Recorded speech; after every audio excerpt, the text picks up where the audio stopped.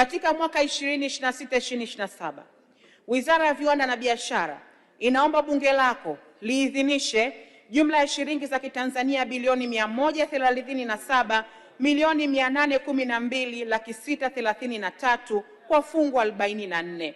Kati ya fedha hizo, shilingi za Kitanzania bilioni 104,122,530,000 ni matumizi ya kawaida na shilingi za Kitanzania bilioni 33,690,103,000 ni matumizi ya maendeleo.